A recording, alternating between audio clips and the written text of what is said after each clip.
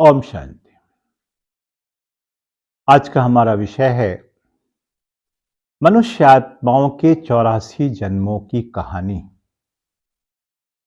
या भारत के उत्थान और पतन की कहानी।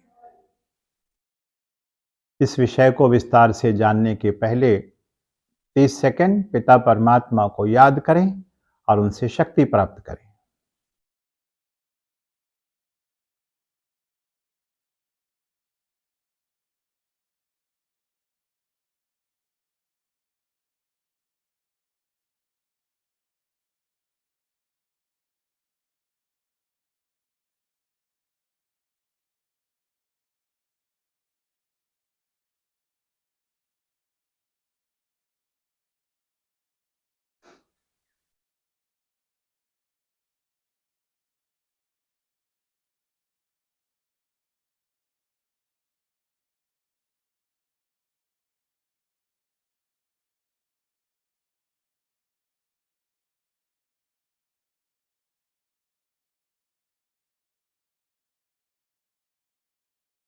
ओम शांति।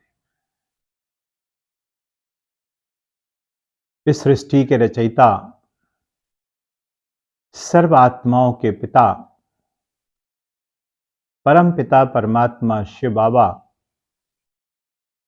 जो सर्वज्ञ हैं, ज्ञान के सागर हैं, सृष्टि रूपी रचना के आदि मध्य अंत के ज्ञाता हैं, वर्तमान समय गुप्त रूप में, गुप्त वेश में इस संसार पर आकर कह रहे हैं कि एक मनुष्य आत्मा सतयुग आदि से लेकर कलयुग अंत तक अधिक से अधिक 84 और कम से कम एक बार जन्म पुनर्जन्म जरूर लेती है। ठीक है। न सिर्फ मनुष्य आत्माएं, पशु पक्षी की आत्माएं भी उस काल में जो होंगी उनके बारे में भी बताया है। तो परमात्मा शिव ने कहा है कि सतयुगी सृष्टि 1250 वर्ष की होती है, जिसमें श्री कृष्ण, श्री राधे और उनके घराने की आत्माएं सतयुग के आरंभ में आती हैं इस सृष्टि पर, प्रकृति के द्वारा इस शरीर को लेकर अपना कार्य करने के लिए। परमात्मा पिता ने बता रहे हैं कि सतयुग के आरंभ में 9,16,108 आत्माएं इस संसार मंच पर आती हैं। पूरा विश्व एक भारत होता है, दूसरा कोई देश नहीं होता है। ठीक है।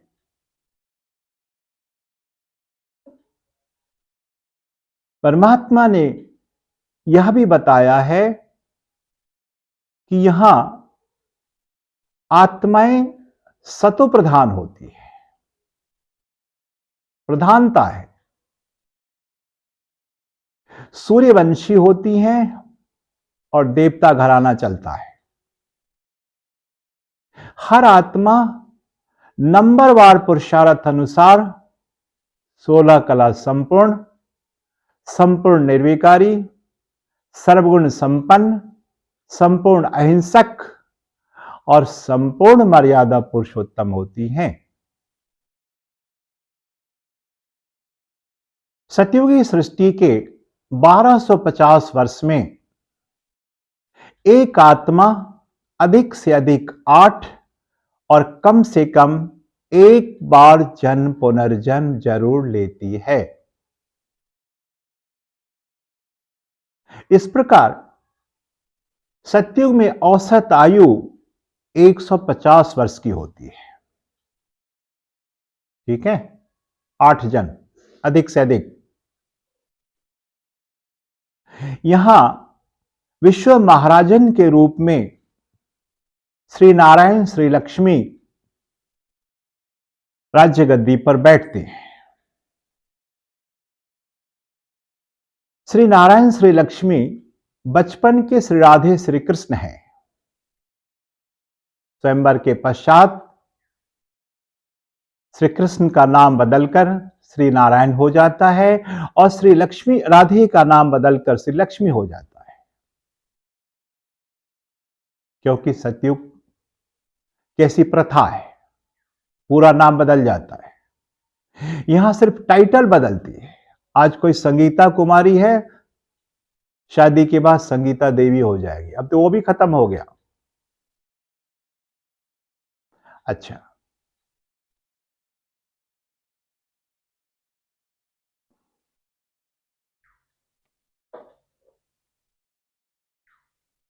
सतयुग के 1250 वर्ष की अवधि में श्री नारायण श्री लक्ष्मी की 8 गद्दियां चलती है। लक्ष्मी नारायण प्रथम, लक्ष्मी नारायण द्वितीय, तृतीय, इसी प्रकार सप्तम, अष्टम, 8 गद्दी चलती है। सतयुग को गोल्डन एज कहा गया है, स्वर्ण युग। ठीक है। यहां सोने की ईंटों के मकान होते हैं, रोशनी के लिए हीरे लगे रहते हैं। वो हीरा तो आज दुनिया में कहीं दिखाई नहीं देता, है ही नहीं। सभी यथा राजा रानी तथा प्रजा सभी संपन्न होते हैं, सुखी होते हैं और आत्मिक स्मृति में रहते हैं। आत्मा का ज्ञान नहीं होता, परंतु वो अवस्था रहती है। शरीर में रहते भी आत्मिक स्मृति रहती है, वो स्थिति रहती है। इसलिए आपस का प्यार होता है। वहां यह फीलिंग नहीं होती है कि मैं महाराजा हूं, ये राजा है, ये साहूकार है, दासी है। ये फीलिंग नहीं होती।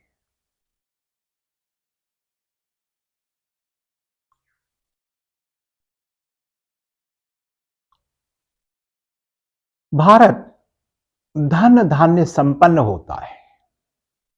इसी समय के भारत के लिए कहा गया है, जहां डाल डाल पर सोने की चिड़िया करती है बसेरा, वो भारत देश है मेरा। आज तो सोने की चिड़िया नहीं है, कल भी सोने की चिड़िया नहीं थी। सोने की चिड़िया कोई होती नहीं है। यह धन धान्य संपन्न है, इसके लिए ये उदाहरण दिया है। सोने के पहाड़ होते हैं, आज की तरफ पत्थर के पहाड़ वहां नहीं होते हैं। हीरे जवाहरात से खानियां भरी होती हैं। ठीक है। हीरे जवाहरात तो सड़कों पे ऐसे पड़े रहते हैं जैसे आज कंकड़ पत्थर। ठीक। तो मैं आपको यह बताना चाहूंगा यहां कि श्री कृष्ण, श्री नारायण और श्री विष्णु, इन तीनों का आपस में संबंध है। एक ही श्री कृष्ण की आत्मा है जो अलग अलग समय पर ये तीनों रोल प्ले कर रही है। स्वयंवर हुआ नारायण, राजगद्दी पर बैठे लक्ष्मी के साथ, पवित्र प्रवृत्ति मार्ग है। इसलिए श्री विष्णु जी को 4 भुजा दिखाया है। 4 भुजा वाला कोई प्रकृति की बनावट नहीं होती है। 4 भुजा हो तो सर भी 2 होना चाहिए ना। लेकिन पवित्र प्रवृत्ति मार्ग की निशानी है 4 भुजा, 2 नर के, 2 नारी के। ये चारों भुजा मिलकर सारे कार्य को चलाती हैं, संभालते हैं। इसलिए सतयुग में जैसा कि शिव बाबा ने बता भी रहे हैं कि लक्ष्मी नारायण के गद्दी के पीछे श्री विष्णु चतुर्भुज का चित्र होता है। ग्रंथ में भी इस बात का प्रमाण है कि ये तीनों एक हैं। कथा में लिखा है विद्वान लेखक ने कि जब मां देवकी को श्री विष्णु चतुर्भुज का साक्षात्कार हुआ था तो उन्होंने कहा, मैं आपके गर्भ में प्रवेश करने वाला हूं। प्रमाण है यह। तीनों एक हैं, अलग अलग समय पर अलग अलग रोल है उनका।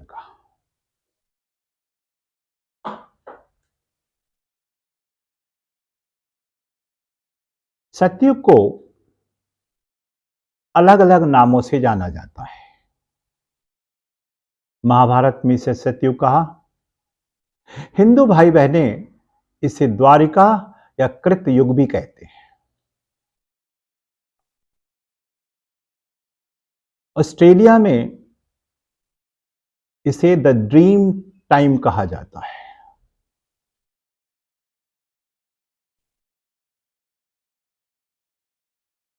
इस्लाम में इसे गार्डन ऑफ अल्लाह कहा जाता है, इस्लामिक। ईरान वाले इसे गार्डन ऑफ ईमा के नाम से जानते हैं।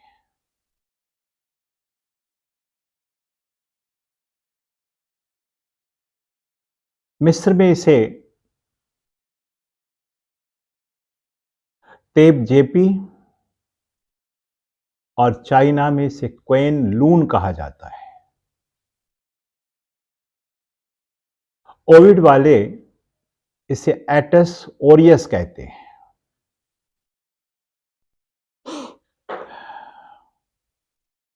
शुरू किया।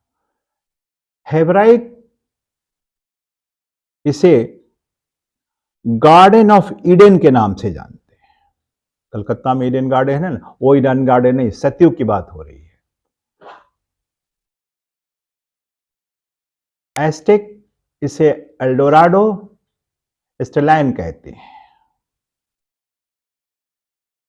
स्कैंडिनावियन इसे लैंड ऑफ गॉड कहते हैं। तो देखा, सतयुग के अलग अलग कितने नाम हैं।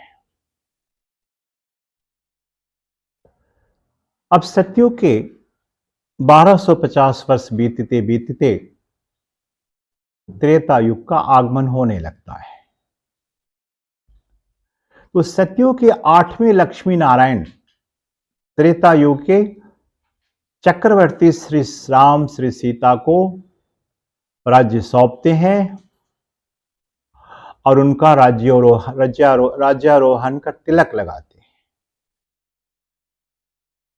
सतयुग के अंत तक आबादी 2 करोड़ की हो जाती है। 9,16,108 आत्माएं शुरू में आई और आत्माएं परमधाम से सृष्टि पर आ रही हैं अपना अपना कार्य करने के लिए, अपने श्रेष्ठ कर्मों की प्रारब्ध को पाने के लिए। तो आबादी 2 करोड़ की हो गई। सभी देवी देवताएं हैं। जैसे हम त्रेता में प्रवेश करते हैं तो यहां चंद्रवंशी कहलाते हैं। सतयुग में सूर्यवंशी थे, चंद्रवंशी हो गए। थोड़ा अंतर पड़ा, क्यों? श्रेष्ठ कर्मों की सुखद प्रारब्ध को पाने के कारण। आउटगोइंग हो रही है, इनकमिंग बंद है। इनकमिंग कब होगी वो आगे बताएंगे। सतयुग में हम देवता घराने के थे, यहां हमारा घराना बदलकर क्षत्रिय घराना हो जाता है।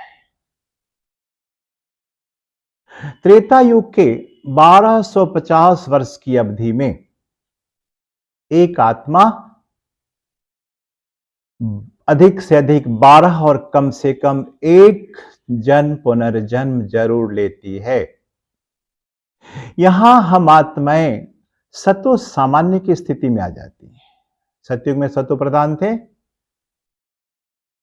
यहां पूर्ण निर्विकारी पूर्ण गुण संपन्न, 14 कलापूर्ण।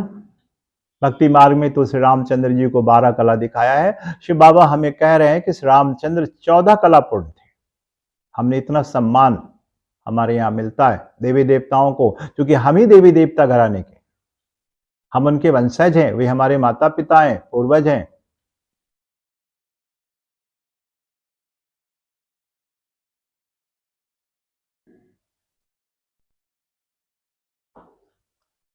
तो कहा त्रेता युग में अधिक से अधिक 12, कम से कम 1 जन्म पुनर्जन्म जरूर लेना है। त्रेता युग को सिल्वर एज कहा है, Satyug golden age, Treta silver age. इन दोनों युगों को राम राज्य कहा जाता है। शिव बाबा का एक नाम राम भी है, जो सुप्रीम है, अकेला है, उसका स्थापन किया हुआ यह राज्य है। इसीलिए कहा जाता है परमात्मा को हेवनली गॉड फादर, हेवन की रचना करता है, हेल तो हम बना देते हैं। कैसे, आगे देखते हैं। यहां औसत आयु 100 वर्ष की हो जाती है। मर्यादा पुरुषोत्तम रहते हैं। इन दोनों युगों में भक्ति नहीं होती है, ग्रंथों की रचना नहीं होती है, कोई मंदिर नहीं होता, कोई पुजारी नहीं होता। ठीक है, रावण भी नहीं होता है। प्रमाण है ग्रंथ में, विद्वान लेखक ने लिखा है। एक बाबूजी हैं जहां मैं रहता हूं, खीराचक में, उनका नाम है कुशेश्वर चौधरी जी, रामायण की कथा कहते हैं। मैंने उनसे पूछा था, बाबूजी रामायण में तुलसीदास जी ने लिखा है, ऐसे अधम मनुज खल सतयुग त्रेता नाहि, द्वापर कछुक वृंद बहु कलयुग माहि। माही माना मध्य कलयुग के मध्य में, माही में हमें हर्षई की मात्रा होगी। वृंद बहु अनेकानेक हो गए, द्वापर कछुक थोड़े थे, सतयुग त्रेता में अधम और खल मनुष्य नहीं थे। तो मैंने पूछा उनसे, बाबूजी जो लेखक ने लिखा ऐसे अधम मनुज खल, किसके जैसे अधम और खल? तो उन्होंने कहा तब तो आप कहेंगे त्रेता में रावण नहीं था। मैंने कहा मुझे क्या पड़ी है कहने की त्रेता में रावण था कि नहीं था, मैं क्यों कहने जाऊं? वो तो ग्रंथकार खुद कह रहा है, समझने की आवश्यकता है। सिर्फ लिख दिया, पढ़ लिया, सुन लिया, सुना दिया, इससे काम नहीं चलता है। समझ जरूरी है। ऐसा नहीं किसी ने कुछ लिख दिया, किसी ने कुछ कह दिया, हमने हूबहू मान लिया, निर्णय शक्ति गलत हो जाएगी, पूरा जीवन अस्त व्यस्त हो जाएगा और हर कार्य में आपका गलत फैसला होता रहेगा, तनावग्रस्त होते रहेंगे।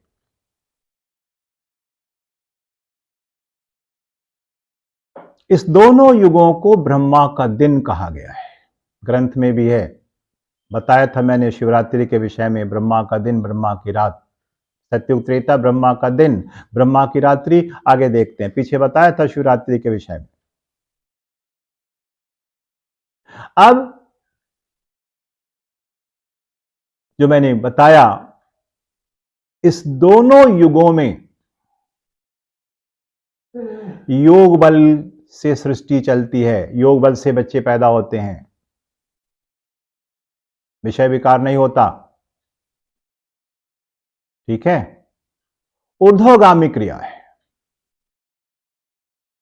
रावण भी नहीं है।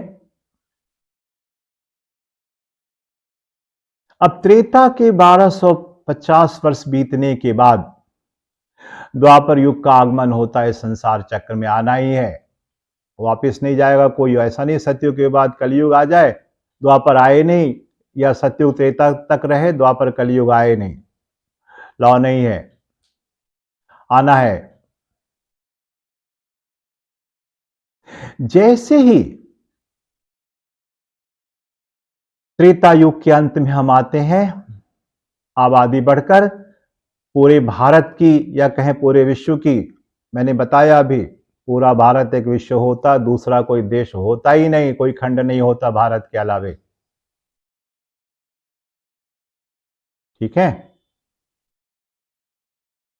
35 करोड़ की आबादी हुई और वे सारे के सारे देवी देवताएं जो 33 करोड़ थे द्वापर में आए और यहीं से रावण राज्य की शुरुआत हुई, रावण का आगमन हुआ और देवताएं वाम मार्ग में गए। इसकी निशानी है जगन्नाथपुरी में, देखा होगा आप लोगों ने। आपने देखा है भाई? कल मैं एक आदमी से बात कर रहा था, वो बता रहे थे, मैं देखा था। देवताएं वाम मार्ग में गए, इसकी निशानी जगन्नाथपुरी में दीवार पर बिल्कुल नंगा भद्दा चित्र बना हुआ है, जैसा तैसा बना हुआ है। वाम मार्ग में गए अर्थात विकारी मार्ग में गए। वाम मार्ग माना विकारी मार्ग, पतित बने। और जब सत्युग त्रेता में थे, निर्विकारी जीवन था, तो बहुत ही सुंदर सजा हुआ मुकुट पहना हुआ चित्र दिखाया, दोनों दिखाया जगन्नाथपुरी में। यह प्रमाण है आज भी हमारे विकारी और निर्विकारी रहने का। तो कहा यहीं से रावण का सृष्टि मंच पर आना होता है। रावण के बारे में मैंने रावण क्या है इस विषय में बताया है। यहां थोड़ी जानकारी दूंगा। रावण में र प्रत्यय रुलाने का वाचक है। जो एक दूसरे को रुलाने का काम कर रहा है, दुख देने का काम कर रहा है, वो बड़े से बड़ा रावण है। समझ लें इस बात को। बदलाव हो जाएगा, गति सदगति मिल जाएगी। तब यहां क्या होता है, जब हम बार मार्ग में जाते हैं, आत्मिक स्मृति स्थिति हमारी गुम हो गई, भूल गए, स्मृति बदल गई, देह भान की हो गई, तो देह के प्रति आकर्षण, विषय विकार आएंगे, मन के अंदर मलिन विचारों की उत्पत्ति होगी।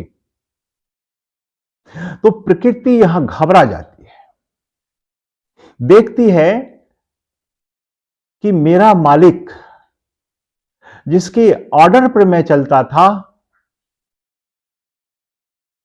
उस घबराहट में प्राकृतिक आपदाएं होती है, काफी उथल पुथल होता है।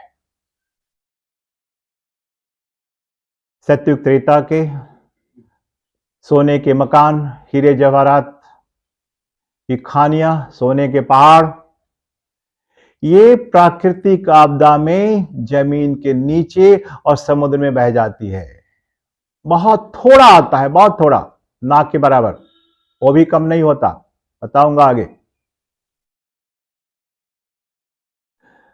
यहां हमारी 8 कला रह जाती है। बाकी 8 कलाएं सत्युग त्रेता में श्रेष्ठ कर्मों की प्रारब्ध पाते पाते 8 कला नष्ट हो गई। यहां हम वैश्य वंश के हो जाते हैं। सूर्यवंशी चंद्रवंशी, चंद्रवंशी से वैश्यवंशी, नीचे की ओर आ रहे हैं।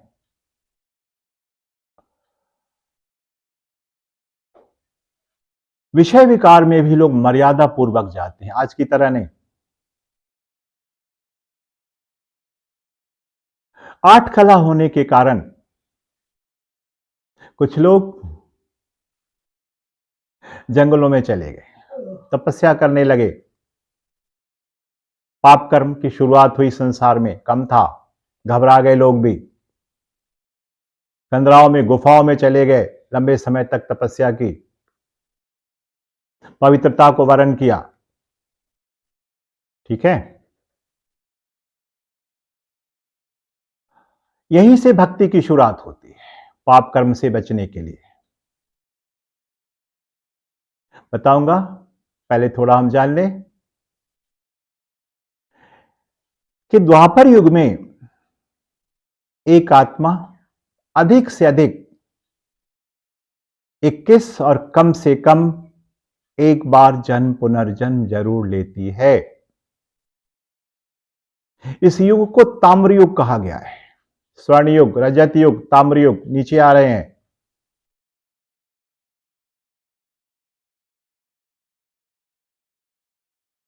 भक्ति सबसे पहले शिव बाबा की शुरू हुई। एक की भक्ति को अव्यभिचारी भक्ति कहा जाता है, एक की याद को अव्यभिचारी याद कहा जाता है।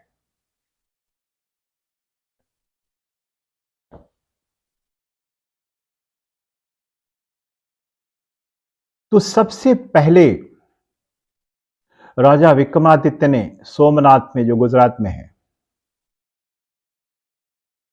शिव बाबा का मंदिर बनाया। सोने की ईंटों के मंदिर बनाए गए रोशनी के लिए, उसमें हीरे जड़े थे।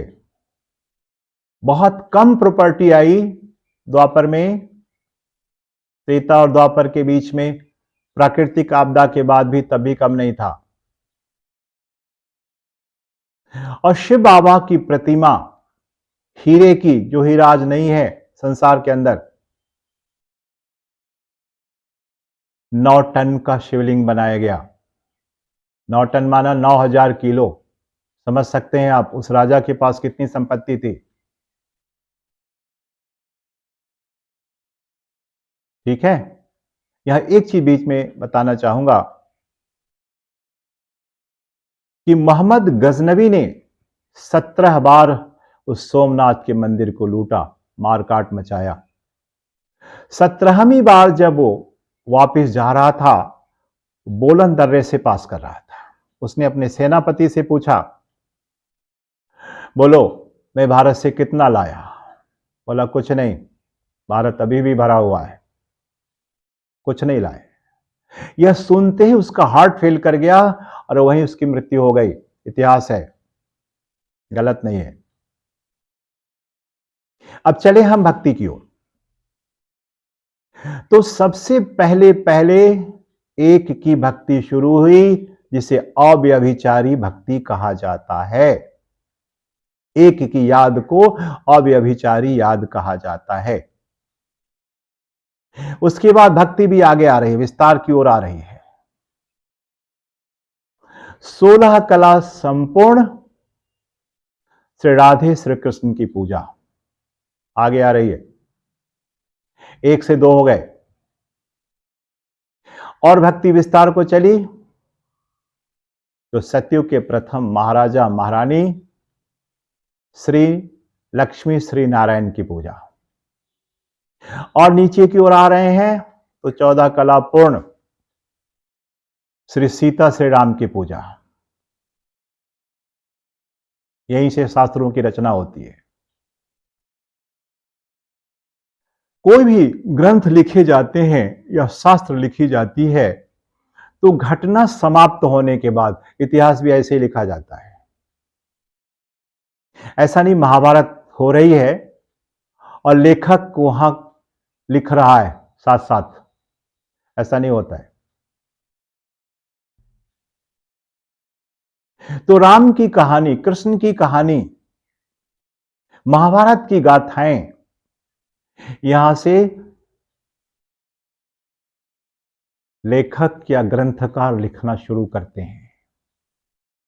मैंने बताया था सतयुग त्रेता में भक्ति नहीं होती, मंदिर नहीं होता, सभी देवी देवताएं भक्त देवताओं की पूजा करते हैं, जिन्हें भगवान भगवती कहा जाता है। देवता देवताओं की पूजा नहीं करता है। करता है? आप बताइए, रोशन नहीं करता है।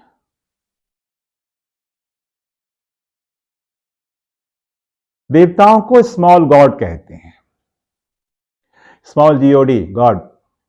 देवियों को गॉडेस कहा जाता है, small G O double D E double S, goddess. लेकिन वो सुप्रीम पावर नहीं है, अकेला है, सर्वात्माओं का पिता है। देवी देवताएं अपने बच्चों के माता पिता है, आत्माओं के माता पिता, या कहें सर्व धर्म की आत्माओं के माता पिता नहीं है। ठीक है,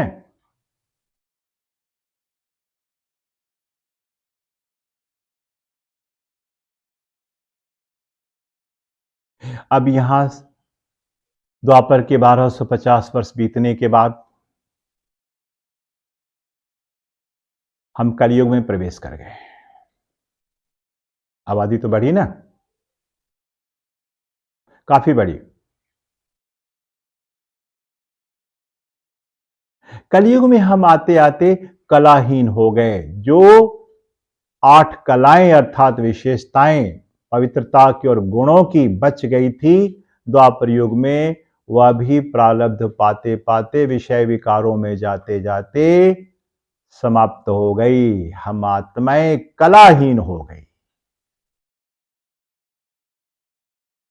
सूर्यवंशी से चंद्रवंशी, वैश्यवंशी, यहां हो गए शूद्रवर्ण, शूद्रवंशी हो गए। विकारी को शूद्र कहा जाता है। जो भी विषय विकारों के आधार से जीवन जीता है वही शूद्र है। जाति से कोई शूद्र नहीं होता। होता है भाई जी? नहीं होता है। ये परमात्मा बता रहे हैं। इस कलयुग के 1250 वर्ष की सृष्टि में या अवधि में कहें, एक आत्मा अधिक से अधिक 42 और कम से कम एक जन्म पुनर्जन्म लेने लगी। तो औसत आयु बहुत कम हो गई। कोई 90 साल भी जीता है तो कोई घर में ही मर जाता है। कोई जन्म लिया और मृत्यु हो गई। औसत आयु की बात मैं बता रहा हूं, सत्युग की तुलना में ना के बराबर। यहां भक्ति और नीचे चली, विस्तार को गई। 14 कला पूर्ण, श्री राम श्री सीता की पूजा, आगे उनके भक्तों की पूजा, हनुमान की पूजा, श्री गणेश की पूजा, शंकर जी की मां पार्वती की पूजा की, और हमने और नीचे चले तो उनके बच्चों की पूजा भी शुरू कर दी। गणेश जी के बारे में मैंने विषय में ही बताया था, हिंदी इंग्लिश दोनों में। वृक्ष की पूजा होने लगी। भक्ति नीचे की ओर आ रही है, विस्तार की ओर जा रही है। प्रकृति जो सुखदाई है, सत्युग त्रेता में हमारे अधीन काम करती थी, हमारे ऑर्डर से चलती थी, आज हम कलाहीन होने के कारण, विकारी होने के कारण उसकी पूजा करने लगे।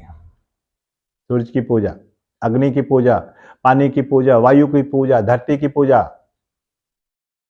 चलिए यहां तक भी हम मान के चलें कि सूर्य हमें ऊर्जा देती है, वायु जरूरी है जीवन के लिए, अग्नि जरूरी है जीवन के लिए, धरती जरूरी है, धरती मां अन्न देती है। लेकिन चौक चौराहे की पूजा भी हो गई। देखता हूं, इतना ही नहीं, कूड़े की पूजा शुरू हो गई। मैंने देखा था, एक भरत बाबू पंजाबी थे, मुंडा पंजाबी, उनकी पत्नी को देखा बाहर निकली पूजा की डाली लेकर, अगरबत्ती, दीपक, कुछ प्रसाद था, फूल था, लोटे में जल लेकर निकले। जहां उस सारे महल्ले का कूड़ा जमा होता है नगर निगम के डस्टबिन में, जिस दिन यम का दिया निकालते हैं, पूजा करके गई। वहां से पानी गिराई, अगरबत्ती जलाई, दीपक जलाई, फूल चढ़ाया, वापस घर में गई। तो भक्ति भी एकदम नीचे आ गई। अव्यभिचारी भक्ति शुरू हुई एक शिव बाबा की, पहुंच गई कूड़े करकट की पूजा तक। ऐसा होता है, यम का दिया निकालते हैं ना, उस दिन करते हैं ऐसा। कहां हम सतयुग में माला माल थे, कलयुग अंत में आकर कंगाल हो गए, भिखारी हो गए। सिरताज थे, मोहताज हो गए। दूसरे देश से हमेशा कर्जा लेते रहते हैं। तभी हमारी भारत की अर्थव्यवस्था फिलहाल चल रही है थोड़ी थोड़ी। विदेशी तो समझता है कि हम भारत को कर्ज दे रहे हैं, उसका ब्याज मिल रहा है हमें। मैं तो कहता हूं, भारत से जितना तुम लूट के ले गए हो ना, उसके ब्याज का 0.001% भी नहीं दे रहे हो। आने वाले समय में प्रकृति सब उठा के लाके भारत के किनारे कर देगी। फिर से भारत वही धन धान्य संपन्न हो जाएगा। शिव बाबा इस सृष्टि पर आकर इस नर्क को मिटाकर, कलयुगी नर्क को तमो प्रधान दुनिया कहा जाता है, रौरव नर्क है, मिटाकर इसी भारत भूमि पर, खास आम सारे विश्व में, क्योंकि भारत ही अकेला विश्व होगा, फिर से रामराज की स्थापना कर रहा है कलयुग के अंत में आकर। भक्ति इतनी नीचे आ गई कि कोई अपने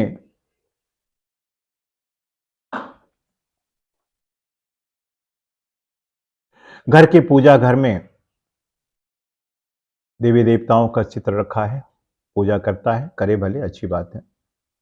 लेकिन अगर वह व्यक्ति किसी गुरु का शिष्य है तो अपने घर में उस मनुष्य गुरु का भी, जो पारिवारिक जीवन में तस्वीर रख लेता है और उसकी पूजा करता है। साधु सन्यासी की पूजा हम करने लग गए। अब नीचे आ गए। कितना समय लग गया? 5000 साल।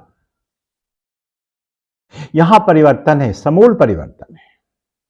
कलयुग जाएगा, सतयुग आएगा। परमात्मा आ चुके हैं गुप्त रूप में, गुप्त वेश में, इस कलयुगी नर्क को बदलकर सतयुगी स्वर्ग बनाने के लिए। क्योंकि परमात्मा ने हेवन रचा था, हेल हमने बनाया। कैसे बनाया? विषय विकारों के कारण। मैंने बताया था पीछे, गाया है भक्ति में, प्रार्थना करते हैं मंदिरों में जाकर, विषय विकार मिटाओ पाप हरो देवा। लेकिन उस विषय विकार को अपने जीवन का आधार बना लिया है। और तर्क क्या देते हैं? विकार जरूरी है, संसार कैसे चलेगी? अरे संसार का मैंने कॉन्ट्रैक्ट तो नहीं लिया है, आपने तो नहीं लिया है ना,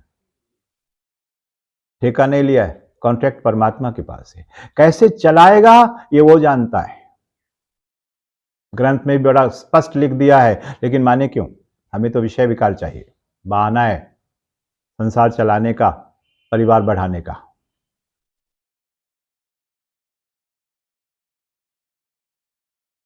ब्रह्मा जी ने सृष्टि के आरंभ में अपने मानस पुत्र पैदा किए ताकि मानसीय सृष्टि को चलाएं, बताया हूं पीछे। और इस जगत में मैथुनी सृष्टि का विकास पीछे का है।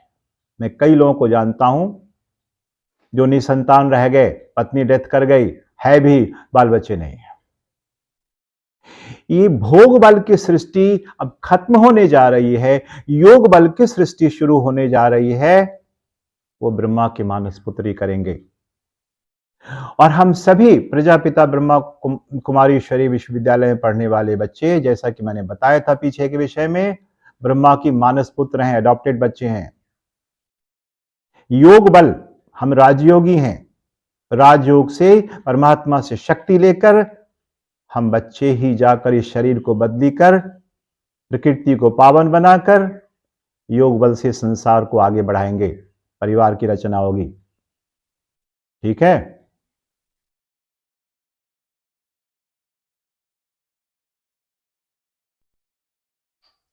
अब परमात्मा इस संसार में आकर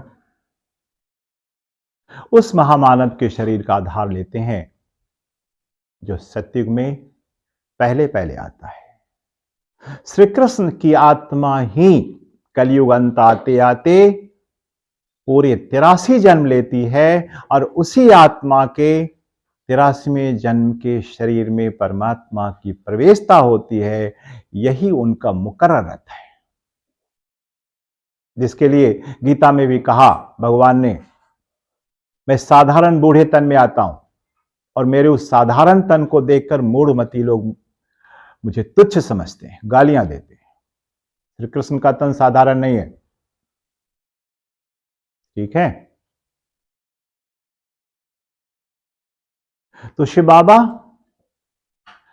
हमें इस कलयुग के अंत और सतयुग के आगमन के बीच कल्याणकारी पुरुषोत्तम संगम युग पर जो पहले बताया है, श्रेष्ठ धर्म और श्रेष्ठ कर्म करने का ज्ञान दे रहे हैं। ईश्वरीय ज्ञान और सहज राजयोग के अभ्यास के द्वारा जो परमात्मा ने बताया है मुझे कि इस विधि से मुझे याद करो, पावन बन रहे हैं और पावन बनकर सीधा वापस अपने घर जाएंगे शिव बाबा के साथ। और पुनः इस श्रेष्ठ कर्म की प्रारब्ध को पाने के लिए सतयुग की स्वर्गमयी सृष्टि में तुरंत आएंगे। तो उतरने में कितना टाइम लग गया? 5000 साल। चढ़ने में एक जन्म के थोड़े समय का यह प्रशारत, आए सीढ़ी से, जाएंगे लिफ्ट्स के द्वारा। अच्छा,